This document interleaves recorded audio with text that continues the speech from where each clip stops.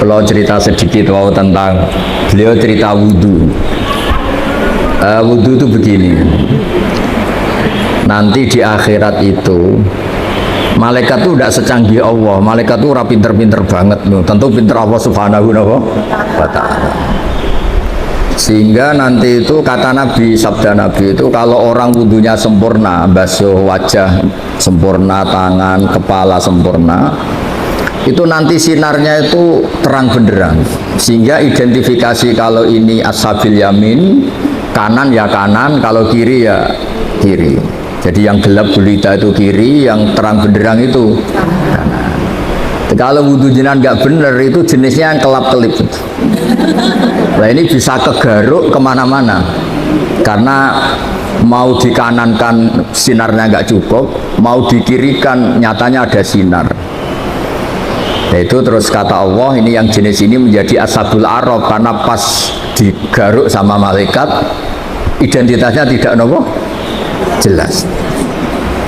Maka kata Nabi, inna ummati yut'auna yaumal qiyamati hurran muhajjalin. Umatku nanti dipanggil Allah itu dalam keadaan wajahnya bersinar, tangan kakinya bersinar. Terus Nabi ngendikan min asari wudhu, semua itu efek dari wudhu. Kalau wudhunya sempurna, sinarnya itu sempurna.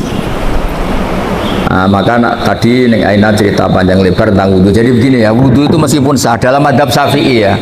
Dalam madhab Syafi'i itu kalau ngusap kepala itu sedikit pun itu apa? Sah. Tapi kalau dalam madhab Hanafi itu minimal itu sabon-bonan seperempat caranya. Ini itu apa kalau orang Jawa? Bon-bonan. Tapi yang musalsal, tapi bukan syarat sah ya, ini ideal ya. Yang musalsal sampai Rasulullah itu terutama bagi cowok kayak Gus Sofa ini begini. Nabi memasukkan, nah, coba pegang ini dipegangin mic-nya. Ya Nabi memasukkan ini dua jempol ke sini, terus ini ditemukan di sini, terus begini. Musalsal. Musalsal ya, ini begini, terus ini ditempokkan gini, terus begini sampai sebelah. Sehingga semua kepala kita ini kena asaril wudhu, kena wudhu. Karena diantara identifikasi orang baik, ya itu ada istilah yauma taral mu'minina wal mu'minati yas'a nuruhum baina aydihim wa bi'aymanihim. Nanti di akhirat itu para malaikat tuh melihat ini wajahnya bersinar apa enggak. Sekali bersinar langsung dikategorikan partai kanan. Kalau yang tidak bersinar partai apa? Kiri. Berarti partai terlarang. Terus kemudian disekat. Faduriba bainahum bisuril lahu bab, disekat. Nah sekat ini nanti yang menjadi pagar Iqbal ya, menjadi apa? Pagar. Yang temangsang karena kelip-kelip itu disebut ashabil araf. Ashabil araf itu orang kalau dimasukkan surga kuotanya nggak cukup, dimasukkan neraka pernah ke majelisnya Ning Aina kan nggak pantas. Kalau diumumkan gini kan nggak pas. Para ibu-ibu yang ikut ngaji Ning Aina di Arisalah silahkan masuk neraka kan nggak pas ya. Makanya penting bikin paradok itu penting supaya kita tidak sah masuk apa? Neraka. Makanya ada pengarang burdah itu terkenal sekali. Pernah dengar tuh kitab apa? Burdah. Itu yang ngarang namanya Muhammad bin Said Al-Busiri. Namanya itu Muhammad. Bener-bener Muhammad namanya ya. Beliau dalam doanya itu lucu, ya Allah, nama saya ini Muhammad. Sehingga kalau nanti engkau manggil, wahai Muhammad masuklah ke neraka, itu paradok. Engkau adalah zat yang nggak pantas bersikap apa? Paradok. Wahai Muhammad masuklah ke, itu paradok apa pas? Paradok. Makanya terus disunatkan punya nama yang baik supaya nanti misalnya, nah sehingga kalau nama kita kadung misalnya nama biasa atau nama Jawa nggak apa-apa, tapi nanti punya nama baru ikut majelis apa? Taklim atau majelis ar-risalah. Jadi wudhu itu penting sekali. Karena itu identifikasi. Jadi di surga neraka itu definisinya Allah itu yaumatab yaddu wujuh, di hari ada wajah-wajah bersinar, watas waddu wujuh, ada wajah-wajah yang gelap. Itu yang menjadi alasan Allah mana yang perlu masuk surga, mana yang perlu masuk neraka. Nah, tentang tauhid supaya sampai tidak terjebak ateis atau komunis. Saya pernah ngaji sama orang-orang Pertamina di pondoknya Gus Zofur Maimun, yang isi beliau sama saya. Ada orang tanya, Gus, andaikan ada orang ateis atau komunis atau non, dia sosialnya bagus tapi nggak iman sama Allah, dia suka bersedekah, berderma, masa ia menjadi ahli neraka? Kayaknya kok kasihan ya. Padahal kata kitab akidah, orang yang kafir terus masuk neraka meskipun dia baik secara apa? Sosial. Terus saya punya analogi itu kias. Misalnya saya punya rumah, ini rumah saya, ada kulkas isinya buah lengkap lah, ada makanan, rampatan, ada semua. Terus ini Gus Iqbal atau Gus Sofa ini masuk, terus ibu-ibu dibagi, ini silahkan makan, silahkan makan. Kira-kira orang itu nganggap Gus Sofa itu baik, nyun sewu, apa maling? Dari segi ngasihnya baik, tapi yang dikasihkan milik orang. Tidak ngakui jasanya yang punya. Ketika Anda baik tapi ateis, oh silahkan minum, tapi kamu nggak pernah berpikir kalau itu minum itu ciptaannya Allah Subhanahu. Oh silakan tempat rumahku, memangnya bunyi gayanya yang baik, kan gayanya Allah Subhanahu. Masuk toh? Artinya betapa fatalnya orang yang tidak ngakui Allah Subhanahu wa ta'ala. Ketika orang nggak ngakui eksistensi Allah, ternyata apa? Dia ngamal atau berderma dengan sesuatu yang tidak miliknya, tapi merasa miliknya. Itu buruk apa baik? Buruk. Nah itu kenapa orang-orang yang tidak ngakui eksistensi Allah, apapun baiknya tetap kena sanksi. Itu ibarat Gus Sofa atau Gus Iqbal ini masuk rumah saya, isi kulkas disedekahkan, isi uang disedekahkan. Dari segi sedekahnya baik, tapi ditangkap tuh sama Bu Bulwan itu dianggap pidana ya. Itu kira-kira diapresiasi apa ditangkap? Ditangkap apa diapresiasi? Ditangkap. Ibu-ibu kalau numpang suami sedekah sama tetangga gak pamit suami, diapresiasi apa dimarahi? Nah, itu pentingnya iman sama Allah Subhanahu. Kalau kita iman kan kita ngasih tetangga tidak sok berjasa karena kita yakin uang ini milik Allah Subhanahu. Makanya saya termasuk kiai baik gitu. Kata orang banyak saya ini kan termasuk kiai pinter. Tapi kenapa saya tetap tawaduk? Karena saya tahu ilmu saya itu milik Allah Subhanahu. Sehingga saya nggak perlu nuntut jenengan hormat saya, ngisot, nggak perlu. Ya sudah begini sudah bagus. Jadi dulu itu sahabat ditanya, ini cerita nyata. Ibu-ibu mulai dulu kan tukang demo. Ya nggak pernah bener lah mulai dulu, memang sudah gitu. Tapi tetap masuk surga karena nanti malaikatnya bisa didemo kalau nggak masuk surga. Ibu itu ngaji sama Nabi, itu ada yang jilbabnya miring, ada yang nggak pas, mungkin sebagian ada yang, pokoknya ada yang nggak pas. Mungkin nyun sewu ada yang sebagian, pokoknya nggak pas. Ya pas ngaji sama Rasulullah. Ya Nabi betul, Nabi Sayyidul Awalin wal Akhirin. Bareng Umar datang ke majelis, semuanya ibtadarnal hijab, semuanya menata apa? Hijabnya rapi gitu. Aku yakin ini adikan tidak ada nih, mungkin nggak setegang ini. Misalnya sama saya saja, mungkin ibu-ibu rileks, ini ngaji sama orang baik jadi rileks. Ketika Umar datang itu langsung ibtad, semuanya nata apa? Jilbabnya. Umar malah tersinggung. Dasar perempuan-perempuan jelek, nggak punya akhlak sama Rasulullah. Sama Rasulullah pakai jilbab nggak bener, tapi sama saya malah bener. Jawabnya ibu-ibu, karena Rasulullah itu baik. Karena Rasulullah itu wa anta afaddu wa aghlad. Afaddu itu Anda itu orang yang sadis. Bisanya nyalahkan, biasanya marah. Kamu bisa tahu kan yang mirip Rasulullah itu siapa? Yang mirip Umar itu siapa? Jadi intinya itu Rasulullah itu ya punya majlis untuk perempuan. Bahkan itu punya akibat dan Nabi tetap melanjutkan. Makanya punya akibat tuh sering ibu-ibu mulai dulu yang engkek ya banyak, yang caper ya banyak. Sehingga Aisyah tuh cemburu. Dasar Nisaul Ansor. kali Kanjeng Nabi. Iya, campur baik Kanjeng Nabi. Untung Nabi sudah nggak ada. Kalau masih kasihan tuh kiai-kiai nggak payu jadi kiai gitu.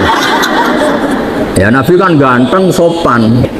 Sehingga terus Aisyah cemburu, Sayyidah Aisyah cemburu, terus Nabi malah muji. Sebaik-baiknya perempuan atau perempuan Ansor, tidak malu tanya urusan apa? Agama. Tapi Aisyah tetap melihat itu sensitif lah, cemburu. Karena kadang tanyanya perempuan Ansor itu sampai urusan privat, urusan khas perempuan, tentang menyelesaikan haid itu gimana, mandi dari haid gimana. Saat itu kan belum ada syariat, belum ada pondok, belum ada majelis taklim. Jadi memang yang nerangkan harus Nabi sendiri.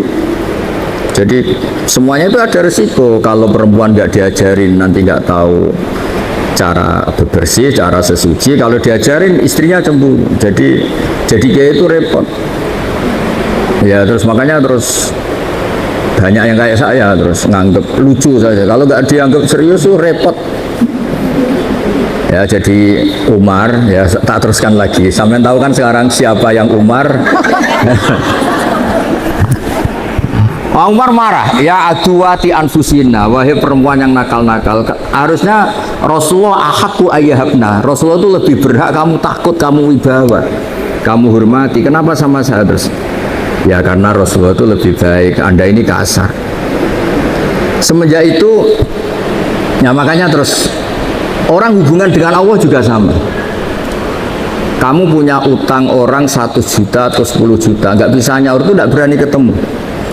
Tapi kamu sering melanggar perintahnya Allah, itu kita istighfar ya nyaman. Dengan segala kesalahan kita mengadu ke Allah ya nyaman. Sehingga Allah ini nyata, sebagai Rahman Rahim itu nyata. Coba ya, Anda pakai motor teman kamu gadekan, itu nggak berani ketemu. Tapi kita pakai sarannya Allah, mulai oksigen, langit, bumi, semuanya kita pakai. Padahal kita sering salah, mungkin sholat kita tidak benar.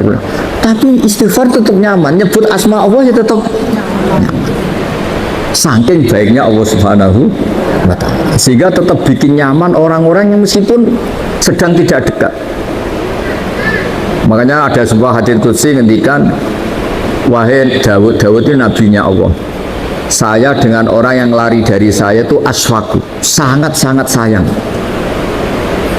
Nah di Indonesia kebetulan Torekoh itu bersanad sama hadis-hadis seperti ini, sehingga nggak ada kita adat kiai ngecap orang yang enak. Ngecap itu mensetip masih. Mungkin sebagian kita orang Indonesia masih banyak yang judi online, mungkin sebanyak yang kecanduan narkoba, sebagian kita mungkin masih korupsi, sebagian kita masih nggak bener. Tapi karena agama ini bukan mengadili atau terus membasmi, tapi agama ini membenahi. Kalau ada jalan rusak itu dibenahin apa terus nggak dijadikan jalan? Tetap jalan tapi dibenahi. Kalau rumah ada tikus itu rumahnya dibakar apa tikusnya yang disuruh mirip? Nah, gara-gara sanat-sanat seperti itu, sehingga alhamdulillah masyarakat enak kerennya kayak gini tuh peduli. Takut umatnya Nabi itu wudunya salah, sholatnya salah, zakatnya salah. Tidak kok malah ngadili dasar bego, dasar goblok. Enggak, dibina. Sehingga jenengan harus bersyukur dengan metode seperti ini. Meskipun yang ngeri-ngeri sedap. Saya nggak bayangkan, andai kan saya ini kan sudah kiai top, itu kalau kesini itu ya gimana gitu. Lo tanyain anak-anaknya, tadi nyogoi kopi saya itu belum loh. Saya datang belum sampai 5 menit belum ada kopi. Kok ngaji Gus yo? Nggih. Orang nggih itu bisa saking baiknya atau saking takutnya. Kayaknya yang kedua. No. Nah, jadi ganda nih. Di sini aja masih diteruskan. Gimana kalau nggak ditodong? Oh. Nggak ditodong. Pakai mic, ngamuknya pakai mic biar dengar. Saya itu dekat sekali sama Mbak Ma'ruf, suaminya Ning Aina. Itu beda betul. Mbak Ma'ruf itu anteng ngaji. Kalau sama saya itu diskusi apa? Ikhya. Lu tanya ini anak-anaknya. Diskusi kitab Ikhya itu. Kalau sama Ning Aina diajari tukaran. Gus harus ada RMI perempuan. Tadi saya ketemu ketua RMI. Oh gugat terus. Dan saya senang, memang perempuan itu baiknya gugat. Ini ada cerita, ini cerita sanad mutasil ya. Saya berkali-kali cerita, belum ada hukum Allah dirubah kecuali karena pemberontakan kaum perempuan. Jadi di juz 28 itu ada surat namanya surat Mujadilah, ada yang baca surat Mujadalah. Jadi ada perempuan cantik, namanya itu Khawlah. Orang Arab itu kan hiper, karena makannya daging tidak ote-ote, jadi hiper.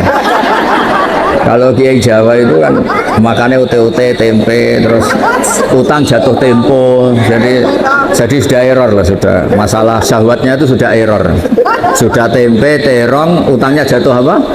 Tempo. Kalau orang Arab itu kan makannya daging, orangnya punya uang. Ya mungkin karena lama nggak hubungan suami istri, istrinya itu cantik, ngerti istrinya itu suci, sudah haid suci. Pas masih sholat tuh diajak hubungan suami istri kan nggak mau, setelah wiridan ya nggak mau. Terus dia marah, didihar, belum dicerai. Didihar itu ada satu bahasa yang setingkat talak, ya pokoknya gitu lah, ada satu bahasa setingkat talak. Terus dia apa itu merasa gimana kok sampai gini, kayak sudah dia agak kecewa dengan perilakunya sendiri. Matur Rasulullah, ya Rasulullah saya ini tadi begini-begini. Nabi bilang, oh yang kamu katakan itu biman zilati tolak, yang kamu katakan itu semakna dengan tolak, berarti istri kamu tidak halal bagi kamu. Ya lelaki yang mandok-mandok, meskipun dia tuh ya iman, istrinya cantik kok hilang, waduh, gara-gara kata itu terus kehilangan apa? Istri. Dia kayak gimana gitu, kehilangan istri cantik itu kan berat, kehilangan istri jelek aja berat, apalagi kadang ada yang jelek rezekani gitu. Sama Gus, Ya. punya suami ganteng juga, medeni Gus. Ganteng punya uang, nak kere gak berarti medeni. Karena kalau ganteng kere itu terus error ya, nggak menarik ya. Terus ngowah-ngowah kayak orang. Walhasil terus ya sudah, hukumnya itu cerai. Si suami ini langsung nurut sama Nabi, kehilangan istri, pulang. Kata istrinya gimana, kata Nabi, dihukumi cerai. Wow, dilabrak Nabi, ini perempuan ini. Dilabrak, ya Rasulullah ini hukum apa? Nggak bener hukum yang kamu katakan tuh nggak bener. Ini hukum apa? Apa-apaan ya? Kalau saya dicerai ketika masih cantik nggak apa-apa ya. Lelaki itu sudah menghabiskan muda saya, cantik saya. Ketika cantik saya, muda saya hilang, terus kamu hukumi cerai. Kalau dulu nggak apa-apa, sekarang saya ini sudah tua. Saya ini punya anak banyak. Kalau dirawat dia, mesti terlantar, katut babon lain katanya. Kalau dirawat saya perempuan nggak bisa cari apa? Nafkah. Kalau bikin hukum yang benar, Nabi bilang sementara hukumnya hanya gitu, memang hanya gitu sementara. Lu itu perempuan tadi saking kacaunya bilang gini dengan sama Rasul, ya nanti engkau saya laporkan Tuhan bahwa anda ini tidak serius. Karena gue jadi nabi, hukumnya harus dievaluasi. Nah, agak perempuan nggak bisa. Dia pulang, tapi perempuan ini religius. Dia sujud berdoa, ya Allah kasih tahu nabi engkau bahwa kalau bikin hukum jangan begitu. Itu malaikat datang ke Rasulullah, maturuti ya repot song wedok. Saya tuh berkali-kali loh ketemu ireng ditodong Gus siapa suruh ngaji. Saya biasa bilang enggak ya. Tapi kalau ras terkuat di dunia yang ngomong itu bisa masalah besar. Jadi itu Rasulullah Nabi dikomplain. Makanya cerita itu sebagian tuh nggak bener. Katanya ada kiai cerita nanti bidadari di surga tuh cantik-cantik, sudah cantik nggak bawel gitu. Sudah cantik nggak bawel, terus nggak minta uang belanja, uang salam, pokoknya baik. Terus ada santri bilang, Pak Yai, Bu Nyai di belakang baru datang, tapi paling cantik yang dari dunia. Kok bisa hanya ada tambahan itu kan? Saking takutnya. Akhirnya hukum dihar itu tidak sama dengan tolak. Makanya ada surat ini Sofa tahu Iqbal. Qad sami Allah qala allati tujadiluka fi zawji. Allah itu mendengar perempuan yang bantah kamu, tujadiluka itu bantah. komplain. Kayak apa perempuan? Hukumnya Allah aja dilawan. Kondang ya, pokoknya prestasinya itu hebat. Kita bagus. Ya tadi Khawlah tadi. Dan penerusnya maksudnya. Khawlah dan apa? Dan penerusnya. Tapi itu menjadi berkah. Andaikan tadi perempuan tadi tidak komplain, mungkin tidak ada hukum seperti itu. Jadi makanya komplain itu penting kalau sudah muqaddar. Jangan pernah dengar kan sholat itu pertama 50 apa 50. Itu berkahnya Nabi Musa yang tukang komplain. Kalau tidak ada komplain bisa 50. Jadi berkah komplainnya Nabi Musa itu kayak Neng Aina, dia kan tidak model gini, mungkin saya tidak ngaji sama teman. Misalnya loh, beliau berakhlak karimah kayak orang Jogja. Ngapunten Gus, nak menawi kerso, ngaos, nak boten nggih mboten dadi penggalih, nderek. Wah, aku mesti milih enggak, yakin milih enggak. Kira-kira lah, andai kan enak kayak orang Jogja sesopan itu, saya ngaji apa enggak? Oh enggak, makin enggak. Itu butuh teror, itu butuh teror. Saya itu berkali-kali di Sidogiri, di pondok-pondok itu kan masih keluarga itu. Mesti ya mau Gus nak ngaji ya, aku mesti sesok ya sesok gak apa-apa engko. Nah kali ini enggak. 5 menit. Jadi ya. Tadi saya baru asik cerita-cerita sama Mbak Anwar. Beliau delok jam, "Saya ngaji." Wah. Jadi sowan Mbak Anwar ya dijami. Mbak Anwar loh, abahnya sendiri. Di tengah-tengah asik cerita ya hebat-hebat, Masya Allah. Semoga nanti Mungkar Nakir juga takut tanya. Terus repot misalnya Aina, wes kono ning sekarang.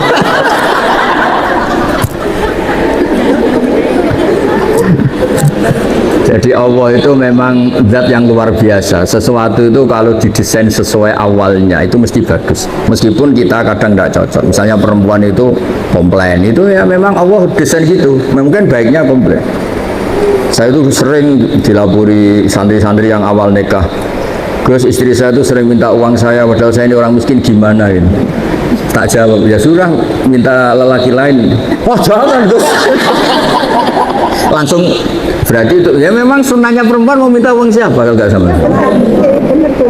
Ada yang cerita lagi, Gus istri saya sering marah sama saya gini. Ya sudah biar marah sama tetangga. Jangan Gus nanti malah gimana? Artinya apa? Ya sudah desainnya perempuan tuh minta sama suaminya marah itu desain yang apa? Bagus. Maka para lelaki harus nikmati itu, harus mulai nikmati itu. Nikmati radio bobrok ini. Tidak harus. Karena kalau nggak dinikmati ya bisa stroke gitu, Pak. Ya karena Nabi itu orang paling pinter di dunia itu kan Nabi Muhammad. Itu nggak ada rumusnya ngadepi perempuan. Nabi pernah ngendikan, ini terakhir ya. Nanti ada tanya jawab, tak turuti semua. Ada Nabi itu ditanya, gimana Nabi menghadapi perempuan? Perempuan itu khuliqat min dilain awas, dari iga yang apa? Bengkok. Kalau kamu paksakan lurus, maka patah. Kalau kamu biarkan tetap apa? Bengkok. Nabi saja tidak punya rumus, apalagi kita. Sahabat ditanya, terus piye? Ya tidak piye, sudah gitu itu sudah. Diluruskan apa? Patah, dibiarkan bengkok. Ya sudah begini. Kayaknya orang paling cerdas di dunia tidak punya rumus kalau tentang apa? Perempuan. Hebat ya perempuan itu. Hebat. Ya saya itu berharap begini itu nanti kalau sudah ketemu Allah nanti di akhirat itu wis cobamu wis kenal ning Aina wis coba.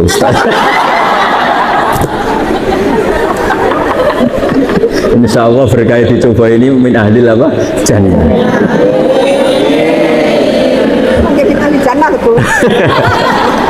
Saya nggak bisa bayangkan pengujinya disertasi beliau pengujinya itu nggak bisa bayangkan. Takutnya kayak apa? Berani nih nanya-nanya itu. Jadinya pinter jenengan. Oh ada nih. Oh, akhirnya lulus ya? Tapi dulu diprotes dulu.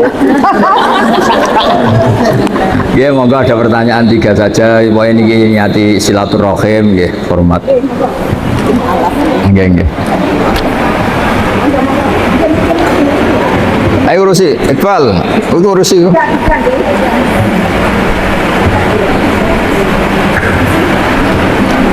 PCR, Bang, PCR. Apa? PCR. Oh, jadi monggo. Waalaikumsalam. Ya berdiri mawon, berdiri tegak mawon kan. keluarga besar Nasrani. Nggih. Terus saya sampun alhamdulillah sampun wa'ala. Nggih. Namanya siapa? Dalam lilis biaya Panggilannya apa aja panggilannya? Lilis. Lilis ya. Dalam engkang dalam tanyaan itu apakah nama baptisan yang dibawa mulai kecil kalau sudah malam itu harus ganti apa tidak? Oh ya. Terus kebetulan almarhum bapak Allah masih Nggih. terus datang seharian itu kan di salib itu Nggih. terus terakhir dalam itu satu mboten kagungan sederek ibu bapak sederek teman-teman dalam saat mereka mulai pakai ingkang gangguan jiwa Nggih. paling itu mboten ngomong Nggih. kadang semangat Nggih. yang pun dalam harus jadi umpami dalam saat nama itu dalam model dalam satu PP maupun dinas sosial maupun dalam salah Nggih. Nggih. dalam itu kan lumayan ngasih dalam perbankan Nggih. mereka harus sumber kan kata yang kamu kamu sambung dan sini ada kan perbankan dibutuhkan oleh Nggih. akan kata yang riba memang dibutuhkan oleh Nggih. Salam warahmatullahi wabarakatuh. Ya satu-satu aja biar fokus ya. Ya ini yang lain meskipun tidak tanya ikut dengerin ya karena ini ilmu. Terus yang jelas itu Bu Lilis harus syukur ya. Syukur dikasih hidayat Allah Subhanahu wa taala. Berkahnya syukur ini bisa mengabaikan hal-hal kecil yang mungkin masih mengganggu. Ya saya ulang lagi, berkahnya syukur ini bisa mengabaikan hal-hal kecil yang mengganggu. Misalnya Anda itu buka puasa dengan nasi kualitas beras paling rendah, minum teh ya kualitas paling rendah, minum kopi. Tapi karena sangat lapar, sangat haus, itu seneng sekali. Ya sama mungkin orang-orang yang dulu pernah tidak Islam, itu kan ibarat kalau terus itu kan nyuwun sewu menurut keyakinan Islam kan bahaya sekali. Sekedar selamat meskipun adnas salamah dengan standar paling minimal paling rendah tetap itu luar biasa. Jangan sampai setelah kita Islam masih ngeluh sayang bapak saya belum Islam, mbak saya belum Islam, karena ini hanya mengganggu syukur. Ya itu hanya mengganggu itu kan ibarat kita buka puasa sayang nasinya hanya nasi kelas rendah, sayang hanya pakai tempe tidak daging, kalau gitu kan mengganggu syukur. Nah, jadi itu satu. Kedua soal nama itu dulu meskipun lewat baptisan itu tidak ada pengaruhnya, tidak punya akibat di status keislaman. Jadi nggak perlu diganti, boleh. Nggak perlu dibuang, nggak perlu diganti. Terus soal perbankan itu masyhur itu di fatwa NU. Sesuatu yang remang-remang, misalnya tadi ada orang punya utang 1 juta, disuruh nyaur 1.100.000, tentu seperti ini sepakat itu riba. Tapi kalau sistem itu beda dengan personal, sistem itu beda dengan personal. Memang kita tidak boleh bilang langsung halal karena bisa saja lebih dekat ke definisi apa riba. Tapi ya jangan langsung bilang haram, jangan-jangan tadi seperti kata beliau memang itu kebutuhan. Kebutuhan gini, sekarang investor itu bisa nggak utang tanggane 1 miliar untuk investasi? Tidak bisa kan, yang menyediakan itu kan pasti utang tonggo kan paling weteng lorong gitu obat, utang modal itu kan. Nah, tidak apa-apa, hukum nggak jelas itu nggak apa-apa. Kalau harus nggak jelas ya sebaiknya nggak jelas. Makanya di Nabi itu ngendikan halal ya jelas, haram ya jelas. Tapi selalu ada antara halal dan haram. Itu jadi kalau yang makanya dulu Mbah Maimun itu sering bilang, tapi tidak kritik ya Bu Lilis, sering bilang usahakan sama-sama urusan dengan bank itu bank pemerintah atau bank negara. Karena itu kalau misalnya ini salah dan memang misalnya benar-benar riba, sak keliru-keliru negara itu untuk pakai sarana umum. Bayangkan keliru sekalipun, bayangkan keliru, apalagi kalau tidak keliru. Tapi saya ulang lagi, bukan berarti terus menafikan yang swasta, bukan. Tapi ini cerita kalau ada pilihan. Misalnya gini, haji lewat negara sama swasta, sak keliru-keliru negara karena negara. Misalnya gini contoh gampang. Kemenak atau haji atau di lembaga-lembaga sosial negara, Kemensos atau BUMN, tentu salah itu banyak sebagai manusia. Di sekeliru-kelirunya negara, ada PLN, ada jalan, ada jembatan. Yang kembali ke rakyat itu jumlahnya tetap apa? Besar. Misalnya Kemenak ya pasti ada salahnya, namanya manusia. Tapi ada kantor KUA, ada sarana prasarana, ada penyuluhan, ada gedung apa? Haji di mana-mana ada. Sehingga swasta ya baik menopang pemerintah, tapi kalau sama-sama milik itu yang mendekati darurat Bu Lilis memang sistem apa? Negara. Artinya sesuatu yang dengan tanda kutip awalnya nggak boleh untuk menjadi boleh kan nunggu status darurat. Dan yang sering darurat adalah keputusan apa? Pemerintah. Misalnya menetapkan Syawal, secara ilmiah orang Indonesia tuh banyak yang mandiri bisa falak, banyak. Tapi kan subjektivitasnya tinggi, makanya kemarin yang Kemis saja ada, bukan sekedar yang Jumat, yang Kemis saja ada, ya kan? Nah, ikut pemerintah itu menjadi lebih baik, tapi tidak harus juga di bab Syawal. Pemerintah sendiri kan membolehkan beda, pemerintah sendiri membolehkan apa? Beda. Ya jadi boleh kalau masalah perbankan itu sudah didiskusikan, tentu ada kadar lebih yang pengganti administrasi sebagai pekerja, ada lebih yang karena memang mendekati definisi riba itu kan kita tidak pernah tahu. Lebih itu kan ada lebih yang karena memang terus nilai uang, kan macam-macam. Nah, menurut saya hal yang kita tidak harus tahu persis, nggak apa-apa kita bilang. Karena Nabi ketika ada halal jelas, ya ada haram jelas, tapi di tengah-tengah itu tidak jelas. Kayak jenengan jadi istri itu tanya sama suami kamu, istri baik apa enggak? Mesti suami kamu kalau pas tidak ada kamu bilang jelek. Pas ada kamu bilang apa? Yang benar itu menurut saya itu tidak baik, ya tidak jelek. Kalau dibilang jelek, nyatanya anaknya banyak, berarti kan rukun. Ya kan baik kan, bisa kumpul anaknya banyak. Dibilang baik, ternyata suami kamu tambah hari tambah elek, tambah trauma, tambah dan dekati musibah lah. Jadi sesuatu itu yang tidak jelas itu nggak apa-apa kita bilang nggak halal haram, jangan bilang wah berarti ini nggak tegas, nggak bisa seperti itu. Ada hal-hal yang memang nggak perlu kita. Misalnya ibu-ibu gini secara fikih, gimana hukumnya ibu-ibu muslimat yang masih cantik datang ke pengajian? Sama dia di kitab fikih itu diharamkan selagi mungkin bisa tanya sama suaminya atau kiai setempat yang nggak perlu keluar ke arisalah. Tapi misalnya itu dipraktekkan, mana ada wong itu ngaji mek tanggane ora seneng mergo ora iso keluyuran. Aku yakin, enggak sama jawab ya. Ngaji di sini sama datang ke Rembang seneng mana? Seneng ke Rembang karena keluyuran. Ternyata apa? Wisata religi itu ada wali orang Tuban, kan ada walinya Sunan Bonang. Tapi ya seneng saja kalau ziarah ke Syarif Hidayatullah, kan ada keluyurannya. Kalau dia seneng wali kan cukup wali tetangganya kan bisa. Tapi kurang asik. Tapi yang Cirebon nanti ke Tuban.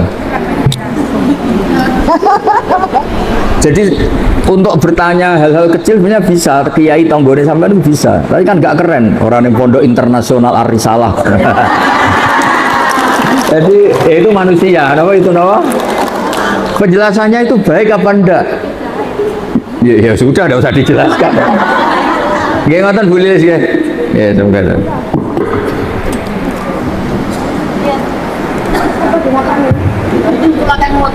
Mas. Assalamualaikum warahmatullahi wabarakatuh. Waalaikumsalam. Kula bicara sampai Mondo. Nggih, Mondo itu mana? Takbir. Nggih. Oh, nggih. Jumatan Umi Aina ning Villa ning Via nggih salam takbir. Nggih. Kula nyuwun pangapunten pasik. Ke sofa saking ngambon. Ah, engko mutung. Bapak izin kemarin bukan sakit Nggih. Ingkang kula pertanyakan ini tentang wudu, Gus. Nggih. Syarat sahnya sholat itu kan wudu. Wudu itu ada 4 rukun sampai tertib. Nggih. Nah, sedang orang Islam itu mau sholat itu harus wudu dulu. Dan kita itu untuk melihat sahnya wudu kita, sahnya sholat kita, untuk melihat cahaya aura kita. Nggih, nggih. Kalau manusia itu ada yang putih dari Allah Subhanahu wa Ta'ala. Nggih. Ada lagi yang dari skincare. Nggih. Yang saya tanyakan, bagaimana untuk melihat wajah yang bersinar dari air wudhu dan sholat kita bersinar. Sampun matur suwun. Assalamualaikum warahmatullahi wabarakatuh. Oh, nggih. Nah, ini begini ya. Ini kan kita diajarin untuk jadi juri. Pertanyaannya harusnya kok untuk kita tahu gimana, harusnya enggak untuk menjadi sah kok malah juri. Berarti saya harus jurin ini wajah wudhu apa wudhu sah? Wajah skincare. Ini yang wajahnya padang karena punya uang apa karena wudhunya benar?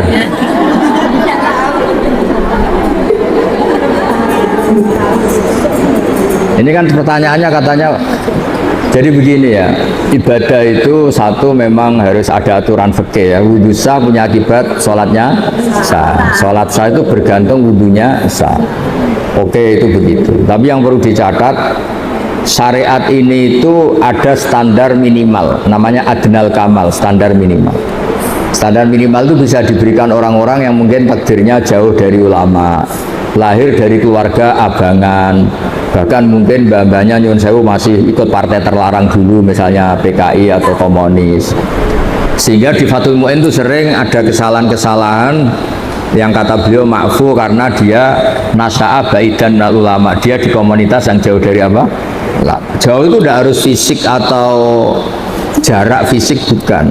Mungkin dia tetangga Lirboyo, tapi dari keluarga yang kebetulan mbahnya, bapaknya enggak sholat, atau mbah-mbahnya dulu terafiliasi partai apa. Yang namanya komunitas, saya tadi cerita di depan Mbak Anwar sampai dokter tahu, itu dulu itu ketika Musoddek ngaku nabi, saya ini termasuk peneliti, itu yang percaya banyak. Ternyata ketika saya tanya, kenapa kamu percaya Musoddek nabi? Jawabnya apa lucu? Memangnya kalau dia nabi masalahnya apa ya? Tak tanya, kamu tahu nabi itu apa? Tidak tahu. Ketika tak jelasin, nabi itu orang yang mulai kecil tuh baik, gak pernah maksiat. Oh kalau gitu ya enggak, Musoddek tidak nabi gitu. Sama, orang-orang yang lahir dari keluarga abangan, keluarga itu janggal. Gunanya apa sih sholat? Gunanya saja malah janggal. Kelami kok diambungi, malah janggal. Nah yang jenis ini kok awal ngaji neng Aina atau awal ngaji siapapun kayaknya nggak boleh terlalu keras, karena apa? Piro-piro gelem apa? Gelem ngaji, karena dari posisi seperti itu mungkin malah awalnya tuh mencibir orang apa? Orang sholat. Jadi memang itu seninya beragama. Itu ibarat orang yang sudah di kubangan lumpur, Selamat saja sudah bagus, dientas dari kubangan ke daratan sudah bagus. Jangan langsung pakai skincare tadi. Oh tapi ini sudah bagus selamat, tapi wajahnya masih belepotan lumpur. Ya piro-piro tidak di kubangan lumpur.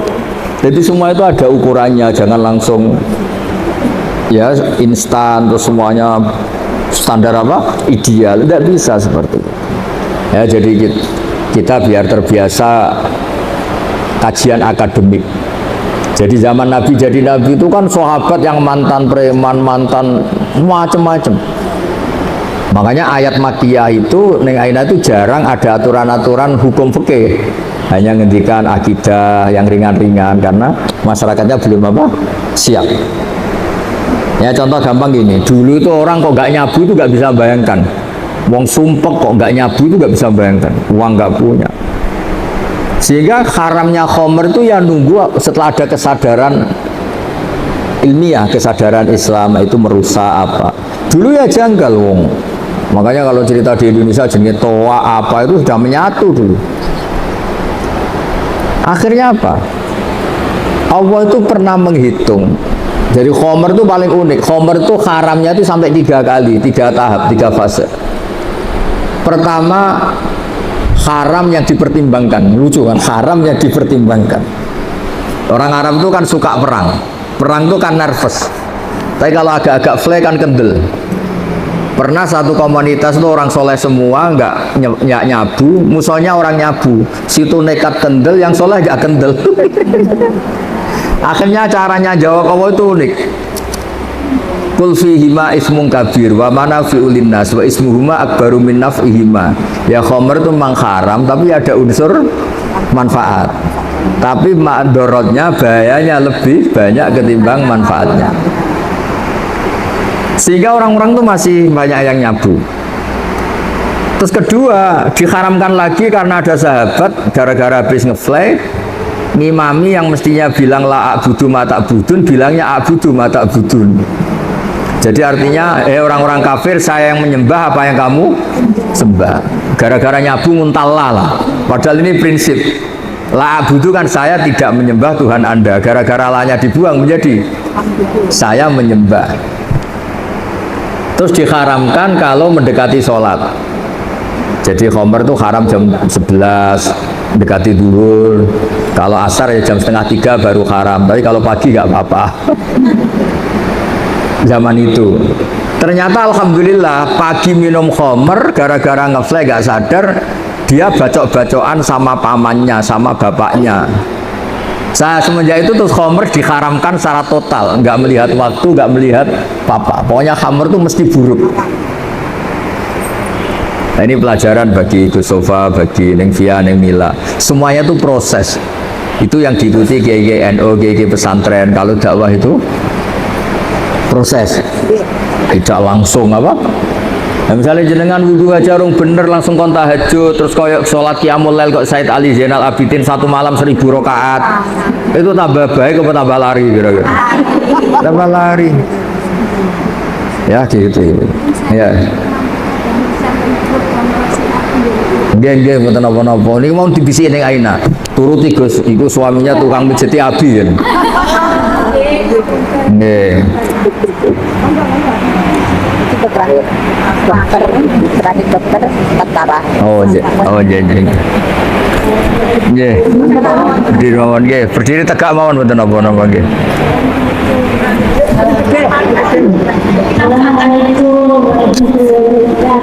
Assalamualaikum warahmatullahi wabarakatuh. Nggih, apa nama? Asman. Oh, Sri Ani nggih.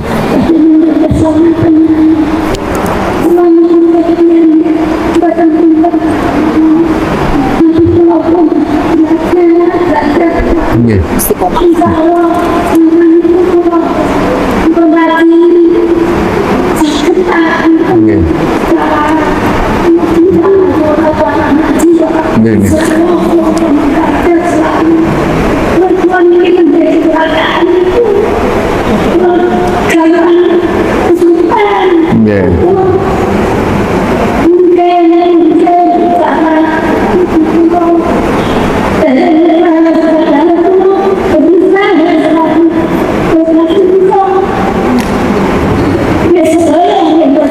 Nggih.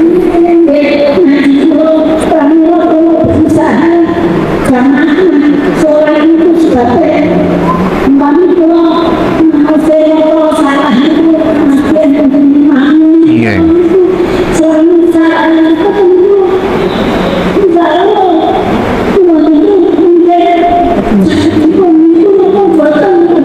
Nggih, nggih. Tampi. Nggih, nggih.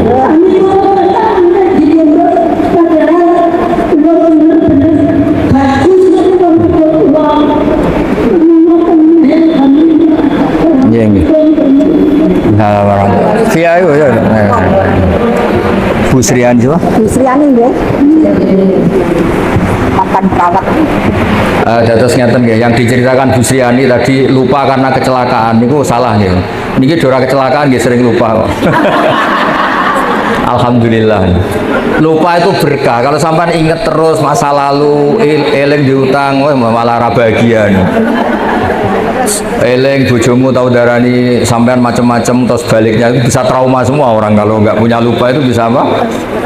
Trauma semua. Pokoknya eling mantan terus malah rusak kabeh. Jadi lupa itu bagian dari berkah. Ya lupa itu bagian dari apa? Berkah. Makanya ada al-insan makhlul khotok manusia. Jadi manusia itu tempat lupa. Jadi kalau nggak lupa malah apa? Malah bahaya. Itu ada seorang suami istri nggak lupa terus. Harusnya saya sudah dapat kamu, dulu mantan saya lebih tampan. Yang suaminya bilang harusnya saya sudah dapat kamu, mantan saya lebih cantik. Itu bahaya. Itu orang nggak, itu gara-gara nggak apa? Nggak lupa. Jadi maka bahagialah bangsa yang sering lupa. Loh, coba kalau nggak lupa itu repot. Coba kalau Indonesia tuh orang Indonesia ingat kalau negara ini punya utang banyak, bahagia enggak? Berkahnya lupa ya sudah baik-baik saja. Mulai zaman awal ada Indonesia sampai sekarang utang banyak ya baik-baik saja. Saking banyaknya rahmatnya Allah Subhanahu wa ta'ala. Jadi gini Bu Sriani ya, ada ijazah ini sekaligus saya ijazahkan jenengan. Ibadah itu mulai dulu dari kita, apapun benarnya menurut fikih sebetulnya tidak pernah ideal menurut Allah Subhanahu wa ta'ala. Meskipun secara fikih kita benar. Karena pasti ada hal-hal yang kita tidak benar. Makanya doa Nabi yang sering diajarkan ke kita itu apa? Ya Allah, jika saya tidak layak mendapat rahmat Engkau, maka rahmat Engkau yang layak mendapatkan kita. Sama tahu semut, semut tuh kalau jatuh di jurang atau keledai, bukan yang enak lagi duit apa? Keledai, badai dilelang gitu. Misalnya gini, ada keledai atau kambing kecil jatuh di jurang yang curam, bisa naik enggak? Enggak. Tapi kalau dia bilang nggak mungkin ke atas, itu bohong, ya bodoh. Berkahnya orang lain atau ditolong tim SAR atau sekarang damkar ya, pemadam kebakaran. Nyatanya selamat. Banyak kan cerita di TV-TV itu sapi jatuh ke sumur kedalaman 15 meter. Akhirnya selamat apa enggak? Karena dia apa karena ditolong? Nah, hubungan kita dengan Allah seperti itu Bu Sriani. Mungkin amal kita tidak ideal, tidak benar, tapi rahmat Allah yang akan menolong kita. Makanya doanya itu ya Allahumma illam akun ahlan an ablugha rahmataka farahmatuka ahlun an tablughani. Itu doa yang diulang-ulang Nabi dia ya Allah, jika saya nggak layak mendapat rahmat Engkau yang layak mendapatkan kita.